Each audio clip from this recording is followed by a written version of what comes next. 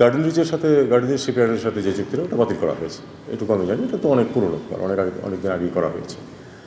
বাকিগুলোর কয়েকটি আছে যে বিভিন্ন পর্যায়ে আছে এবং ঠিক ওই নামের নেই, অন্যরকম ডেসক্রিপশনের কিছু আছে। MOU on withdrawal of 1.82 cubic of water from Feni River by India for drinking water supply scheme for Sabrum town, Tripura. এটা একটা MOU আছে এবং সেটা এখনও বাতিল হয়নি, এটা বহাল আছে। কুশিয়ারা নদীর পানি বন্টন প্রকল্প সামাজিক যোগাযোগ মাধ্যমে যেটা উল্লেখ করা হয়েছে এই নামে কোনো প্রকল্প নেই। আছে যেটা, সেটা হলো MOU on withdrawal of water by Bangladesh and India from common border river Kushiyara.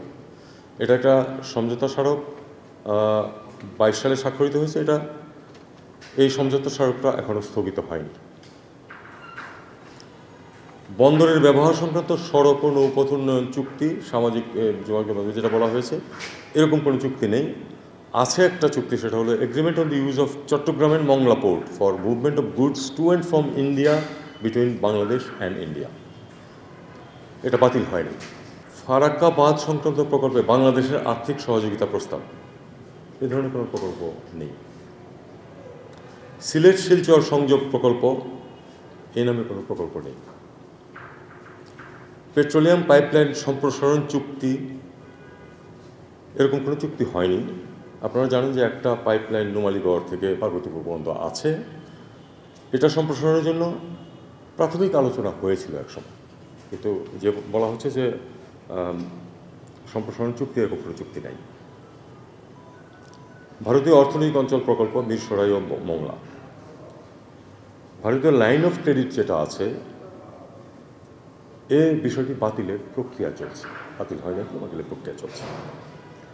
Adani পাওয়ারের সম্বন্ধে যেটা বলা হয়েছে এটা মোটামুটি ঠিক আছে, কারণ কোর্টের আদানি পাওয়ার এর সাথে বিদ্যুৎ আমদানি যে চুক্তি আছে, এটার সাথে আলোচনা চলমান আছে। আপনারা সবাই জানেন, এটা তো অনেকবারই খবর হয়েছে।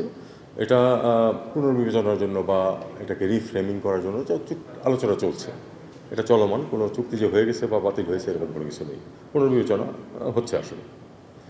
গঙ্গা পানি বন্টন চুক্তি আপনারা জানেন যে আগামী বছর শেষ হবে এটার মেয়াদ। এই ট্রিটি এটার নবায়নের জন্য আলোচনা হবে, যোগাযোগ চলছে। এটা তো ওয়াটার মিনিস্ট্রির কাজ, তারা করছে এটার উপরে যেটুকু করার। তিস্তার পানি বন্টন চুক্তির খসড়া, এটা তো এরকম কোনো চুক্তি স্বাক্ষর হয়নি, স্বাক্ষর হয়েছে বলাও হয়নি। এটা তো আপনারা জানেন দীর্ঘদিন যাবতীয় আমরা এটার উপর কাজ করছি, খুব যে অগ্রগতি হচ্ছে তা না।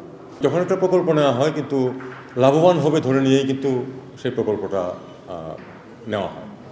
এখন পর্যালোচনা এবং পুনর্বিবেচনা করা হয় যখন দেখা যায় যে সেটা ঠিকমতো কাজ করছে না অথবা অগ্রগতি হচ্ছে না।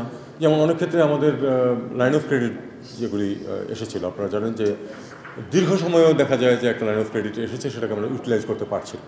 কারণ শর্তাবলী এমন, যে দেশ লাইন অফ ক্রেডিট দেয় সেটা শুধু ভারত না, অন্যান্য দেশও তাদের স্বার্থ সামনে রেখেই দেয়। আমরা দেখি যে তাতে আমাদেরও স্বার্থ রক্ষা হয় কিনা।